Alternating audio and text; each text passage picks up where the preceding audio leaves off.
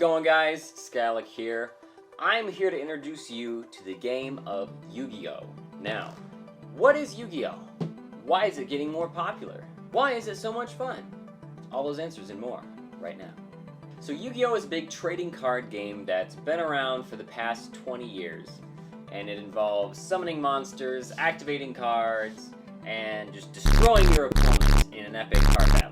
So I really like Yu-Gi-Oh! Because it's easy to learn the basics of interaction, but once you start getting up into the competitive scene, you really start having to think about things and beat your opponent, how you're going to react to your opponent, how you're going to react to your opponent reacting to you reacting to your opponent. My hope, my goal is at the end of this series, you will be able to play the game better than once you did before this series. So I want to turn average players into good players, I want to turn good players into even better players, and I want to make sure that you know how to play the game so that you can have the most fun possible. So the 5 things I want to talk about to make you a better player is 1. How to get cards that you need, 2. What you need to play the game and what your phases are. So draw phase, standby, main 1, battle phase, damage step, main 2, end phase. Want you guys to know all about what those are and the best way to use them to your advantage. And of course, how to summon monsters and how to use card effects. We're going to go over all of those aspects and we're going to dig really deep into the game so that when you're done with this series, you can come out and just destroy every single person who crosses your path. So, with this intro done, let's get into the game. So, in order, the first thing I'm going to talk about is number 1, how to get Yu-Gi-Oh! Cards. This right here, this is a booster box. Usually, they hold about 25 packs of Yu-Gi-Oh! Cards, and they can hold anywhere from 5 cards to 9 cards per pack. So when you open this up, it's going to be full of packs. You're going to grab one of the packs, you're going to rip open the back, and hopefully find the card you want. Or you can do what a lot of other YouTubers do, and that's just buy the single cards online. This is really good if you're trying to stay on a budget, you just want the cards that you need and nothing else. And it's also a great way to find rare and expensive cards, and an even better way to sell those rare and expensive cards to people like you who really want them. So this is one way of getting Yu-Gi-Oh! Cards. The next is buying them separately. Next, what do you need to play? So the bare minimum that you need to play the game is a deck of Yu-Gi-Oh! Cards, and that's it. If you want to really get into playing the game and you start getting more expensive cards, you want to make sure you protect those cards. So next thing I would suggest getting would be a deck box.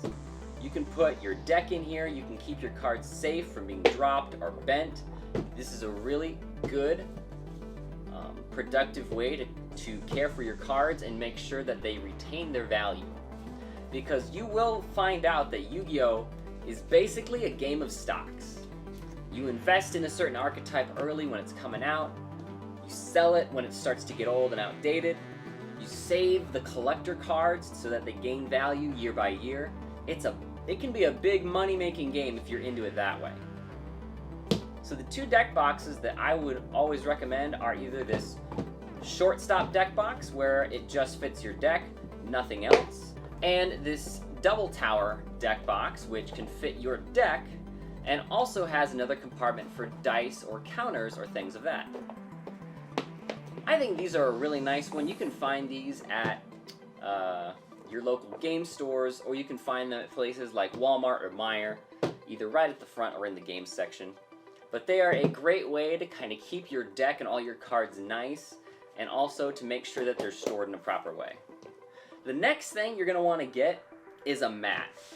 Because Yu-Gi-Oh! We have certain zones for certain things, and while people who have been playing longer instinctively know where they're putting their cards, you starting out may be a little confusing or hard to keep track of it sometimes. So getting a Yu-Gi-Oh! Mat that has zones like this can really help improve your game improve where you can activate cards, because each card has a special zone that it activates in, and where cards go when they leave the field. It's really, really helpful to keep track of those kind of things. Next, as you're getting into the game and you're starting to amass a bit of a collection, the next thing that I would recommend getting would be a card storage box. Card storage boxes can hold upwards of 500 to 5,000 cards. They're relatively inexpensive. This one can hold 1,000 and I bought it for $3.50. They're just a simple cardboard box, but they're the size you need to put all of your cards in. And it's a really nice way to store your cards, and if you have a lot, you can even organize them. You can write on the box. It's a very nice way of keeping them in a decent sized space without getting damaged. The next thing you'll want to get, because people love trading so much, is you're going to want to get a trade binder. These babies are super sweet for being able to catalog all your cards and keep them organized. Having certain pages for certain cards can help you get things out really quick. And having a nice place to display some of your finer cards is really nice for trading, because guys, Yu-Gi-Oh players love trading cards. There's really no limit to the amount of things that Yu-Gi-Oh players will put in their binders. Me personally, I do a bit of a hustle on the side where I make people personalized cards. So I have a binder specifically just for custom cards. This can include two things. One is either tokens or field centers. Now, as of right now, we only have creative freedom on tokens. There have been some rule changes lately in the Yu-Gi-Oh scene where too many custom field centers came across as offensive. People didn't like them. So Konami says, okay, you can only have, during sanctioned events, one of our field centers. A field center that we, Konami, have made. So now the only thing we still have creative freedom over is tokens, which is totally fine. Now, during your locals, if it's not like a statewide event or a regional, no one's gonna care if you have a custom field center. And because custom tokens are so cool, I decided that I would make custom tokens. So I really like Pokemon. Dragonite is one of my favorite Pokemon, so I made a couple Dragonite tokens. Depending on how your deck operates, you may need to get some tokens.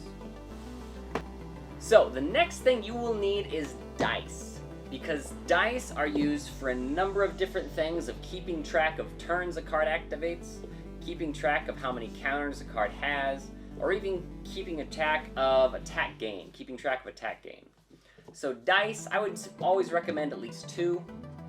They're really good because usually you roll a die to see who goes first, and other players might not even have dice.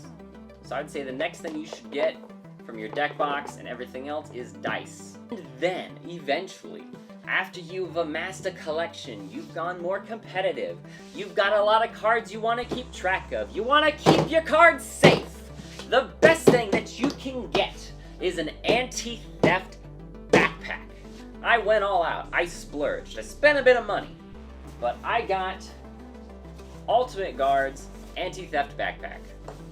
What makes this anti-theft is its zippers. It's got inside zippers, so people can't open zippers that are on the outside of your bag. They can't get into it while it's on you. It's great.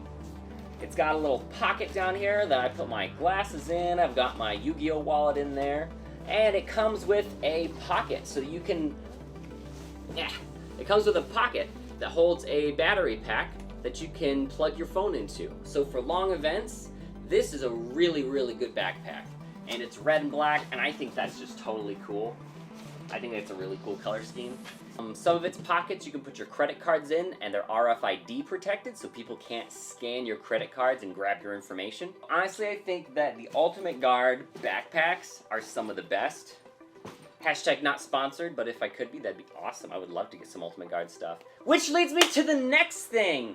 You need sleeves for your cards. As of 2008, Konami says, hey, if you want to play the game, you gotta have card sleeves now. Alright, so this has been what is Yu-Gi-Oh! And how to get started. Episode 2 will be up soon, so subscribe to stay posted, and don't forget to like and tell me about your Yu-Gi-Oh! Journey while watching this series. So thank you so much, guys, and I will see you guys in the next video. Bye-bye!